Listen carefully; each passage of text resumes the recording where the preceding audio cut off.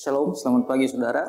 Light of Revival pada pagi hari ini dengan tema dampak hutang.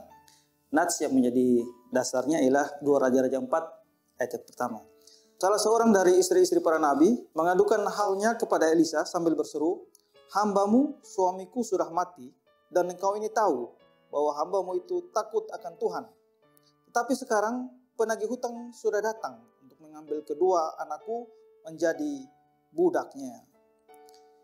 Kisah ini menceritakan bagaimana salah seorang dari istri para nabi itu datang kepada Elisa untuk meminta bantuan karena sepeninggal suaminya itu meninggalkan banyak hutang, sehingga dia harus melunasi hutang-hutangnya. Kalau tidak, konsekuensinya bahwa anak-anaknya akan diambil sebagai budak. Kalau kita lihat bahwa almarhum atau suaminya ini adalah seorang yang takut akan Tuhan. Tetapi apakah seorang yang takut akan Tuhan lalu mempunyai utang yang banyak? Untuk apa hutangnya ini? Untuk hidup berfoya-foya kah? Atau seperti apa? Salah seorang penafsir, Matthew Henry, berkata bahwa kemungkinan besar hutangnya ini dipakai untuk menolong orang lain. Hutang yang di atas ini kemungkinan sangat besar jumlahnya. Yang pertama, Matthew Henry melanjutkan bahwa hutangnya ini sangat banyak karena terlihat dari yang pertama, istrinya atau janda dari almarhum suaminya ini itu sudah tidak mempunyai bejana di rumah, sehingga ketika Elisa menyuruhnya untuk mengambil bejana-bejana itu harus meminjam dari tetangga-tetangganya.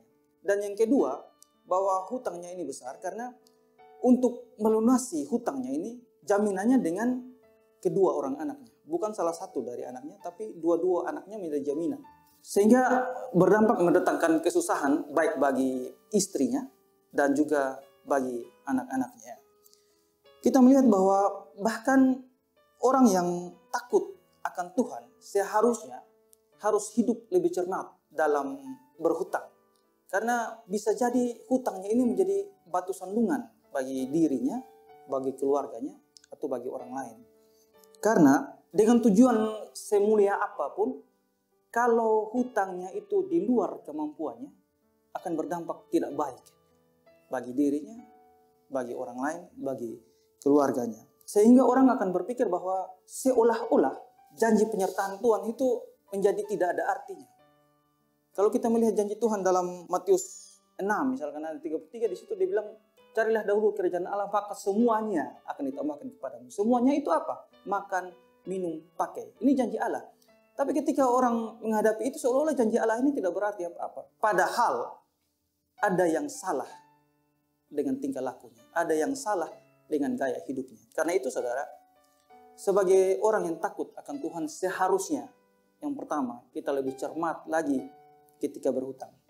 Kita tidak bisa berhutang melebihi dari kemampuan kita, sehingga orang-orang lain melihat kita sebagai orang percaya.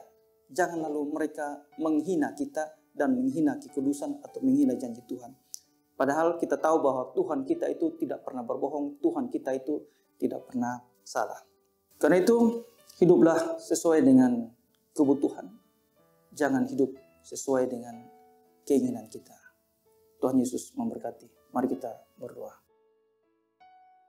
Terima kasih Tuhan untuk firman hari ini. Tuhan telah mengajarkan kami bagaimana cara kami hidup dengan baik dalam hadirat-Mu ya Tuhan. Salah satunya adalah kami lebih cermat dalam mengendalikan apa yang menjadi kebutuhan-kebutuhan kami, sehingga kebutuhan-kebutuhan kami ini tidak menjadi batu sandungan baik untuk kami maupun orang-orang sekitar kami. Tolonglah Tuhan, berikan hikmat-Mu kepada kami supaya kami dapat melakukannya dengan baik. Terpujilah nama Tuhan, dalam nama Tuhan Yesus kami telah berdoa kepada Bapa di surga. Amin.